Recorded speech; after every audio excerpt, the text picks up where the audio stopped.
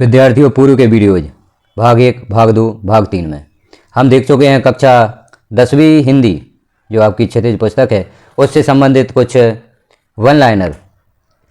उन वीडियोज में भी महत्वपूर्ण जानकारी दी गई है, कैसे वन लाइनर क्वेश्चन बनाए जाते हैं। व्याकरण का कुछ भाग भी उसमें दिया गया है, तो आप उन वीडियोज को अवश्य देखें इस वीडियो को देखने से पहले, क्योंकि यदि आप क्रमशः भाग 1 से सभी भाग देखते हैं तो सभी जानकारियाँ आपको अच्छे से समझ में आएंगी। अब इस वीडियो में हम देखेंगे काव्य बोध, जो यहाँ पर काव्य बोध है उससे संबंधित कुछ वन लाइनर क्वेश्चन कैसे बनते हैं। यदि इनसे संबंधित वन लाइनर क्वेश्चन आते हैं तो आप कैसे हल करेंगे, या इनसे संबंधित कुछ प्रश्न परीक्षा में पूछे जाते हैं तो आप कैसे उन्हें हल करेंगे। तो हम शुरुआत करते हैं। करुण रस का स्थायी भाव शोक है, इससे संबंधित प्रश्न 2022 में पूछा गया है। यहाँ पर वर्ष भी दिए गए हैं, किस वाक्य से संबंधित प्रश्न किस वर्ष में पूछे गए हैं। प्रत्येक चरण में 16 मात्राएं चौपाई छंद में होती हैं। मुहूर्त मधुर मनोहर देखी पंक्ति में अनुप्रास अलंकार है। सोरठा छंद में 4 चरण होते हैं। उपमा अलंकार के 4 अंग होते हैं। महाकाव्य खंड काव्य में क्या अंतर है, इस अंतर को हम देखेंगे। तो महाकाव्य संपूर्ण जीवन का उल्लेख होता है और महाकाव्य विस्तृत होता है, जबकि खंड काव्य जीवन के किसी एक पक्ष का उल्लेख होता है और खंड काव्य संक्षिप्त होता है। यहाँ हम देखें तो जो है प्रश्न दिए गए हैं, आप यदि कॉम्पिटिशन एग्जाम की तैयारी कर रहे हैं, शिक्षक पात्रता परीक्षा की तैयारी कर रहे हैं, तो उसके लिए भी यह जो प्रश्न हैं, यह जो वाक्य हैं, आपको बहुत ही महत्वपूर्ण सिद्ध हो सकते हैं। आचार्य विश्वनाथ के अनुसार काव्य की परिभाषा इस प्रकार है। रसात्मकम वाक्यम काव्यम, अर्थात रसयुक्त वाक्य ही काव्य है। जहाँ एक ही वर्ण की आवृत्ति होती है वहाँ अनुप्रास अलंकार होता है। सहृदय व्यक्ति के हृदय में जब हास्य या हंसी का भाव उत्पन्न होता है वहाँ हास्य रस होता है। भूषण रीतिकालीन कवि थे। 10वें रस का नाम वात्सल्य है। प्रबंध काव्य के 2 भेद होते हैं। मानवीय क्रियाओं का आरोप मानवीकरण अलंकार है। रस के 4 अंग होते हैं। दोहा एक सममात्रिक छंद नहीं है। अब अलंकार पाठ 2 से जो यहाँ पर अलंकार से संबंधित जानकारी दी गई है। बाल को बोली बधो नहीं तो ही पंक्ति में अनुप्रास अलंकार है। कोटि कुलिस समवचन तुम्हारा, पंक्ति में अनुप्रास व उपमा अलंकार दोनों ही हैं। दोहा मात्रिक छंद का प्रकार है, इसमें 24 मात्राएं हैं। 4 चरण तथा 13 और 11 मात्रा पर यति होती है। चौपाई मात्रिक छंद का प्रकार है, इसमें 4 चरण तथा प्रत्येक चरण में 16 मात्राएं होती हैं। शब्द के जिस व्यापार व्यक्त से मुख्य अर्थ तथा लक्ष्य अर्थ से अलग अर्थ का बोध होता है उसे व्यंजन शब्द शक्ति कहते हैं। अभिधा शब्द शक्ति वह होती है जिसमें सामान्य शब्दार्थ की जानकारी हो जाती है। लक्षणा शब्द शक्ति से शब्द के मुहावरेदार अथवा अलंकारिक अर्थ का ज्ञान होता है। पाठ राम लक्ष्मण परशुराम संवाद में सहस बाहु सम सूर्य पुमोरा, पंक्ति में उपमा अलंकार है। जहाँ निर्जीव वस्तुओं को मानव के समान प्रस्तुत किया जाता है वहाँ मानवीकरण अलंकार होता है। जहाँ एक ही शब्द का समान अर्थ में एक से अधिक बार प्रयोग होता है वहाँ पुनरुक्ति प्रकाश अलंकार होता है।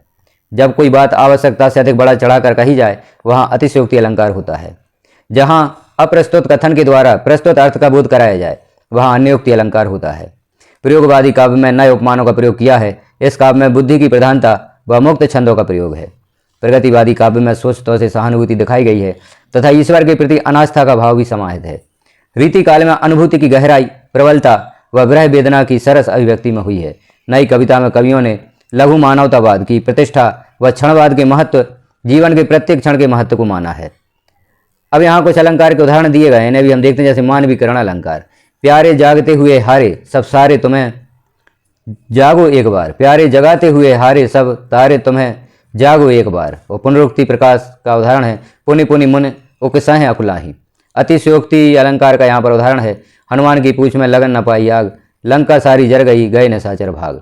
उन्मुक्ति अलंकार, माली आवा देख कर कलियन करी पुकार, फूले फूले चुन लिए काल हमारी बार। यह अनुमुक्ति अलंकार का उदाहरण है।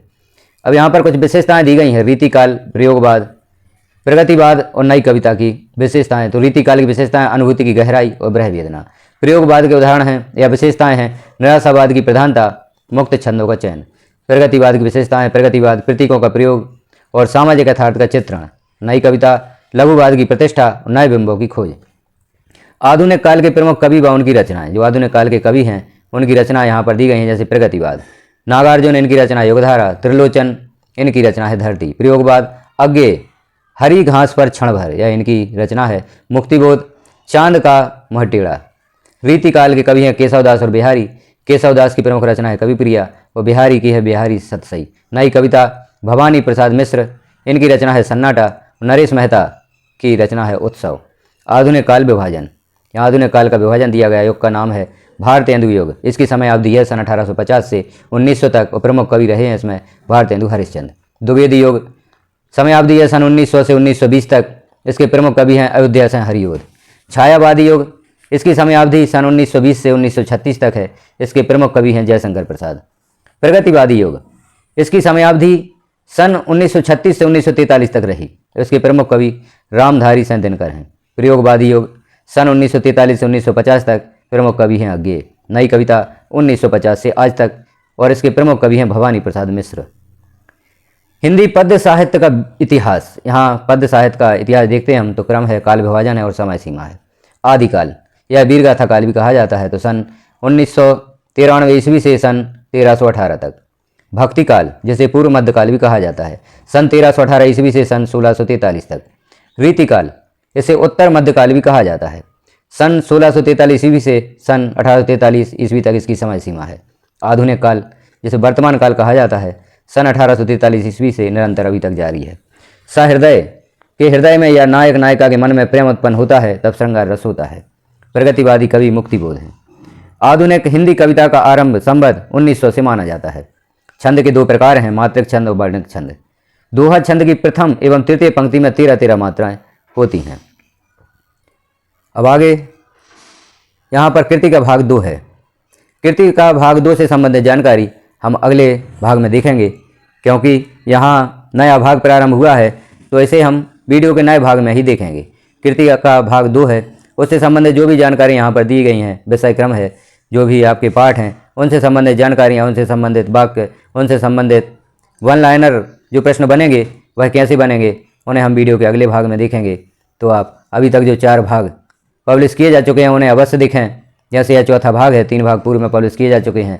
चौथे भाग को देखने से पहले आपको उन भागों को देखना जरूरी है जो पूर्व में पब्लिश किए जा चुके हैं, क्योंकि प्रारंभ से अंत तक जानकारी तभी आप अच्छे से तैयार कर सकेंगे। तो इतनी जानकारी आपको कैसी लगी कमेंट में अवश्य बताएं, और यदि यह जानकारी अच्छी लगी हो तो अपने साथियों में शेयर अवश्य करें। चैनल को सब्सक्राइब कर लें, बेल आइकन को क्लिक कर ऑल पर प्रेस कर दें, ताकि जैसे ही आगे कृति का भाग 2 से संबंधित जानकारी यहाँ पर पब्लिश की जाती है तो नोटिफिकेशन के रूप में आपको प्राप्त हो सकेगी। विज्ञान विषय से संबंधित भी जानकारी आप देखना चाहते हैं तो चैनल पर उपलब्ध है विज्ञान विषय से संबंधित वन लाइनर, विज्ञान विषय से संबंधित हस्तलिखित नोट, विज्ञान विषय से संबंधित अन्य महत्वपूर्ण प्रश्न आप इस चैनल पर देखेंगे। कक्षा 6वीं से 10वीं तक विज्ञान विषय से संबंधित सभी प्रश्नों के उत्तर, अभ्यास प्रश्न, पाठ के अंदर से लिए गए प्रश्न सभी आपको यहाँ पर प्राप्त होंगे। वीडियो को लास्ट तक देखने के लिए आपका धन्यवाद।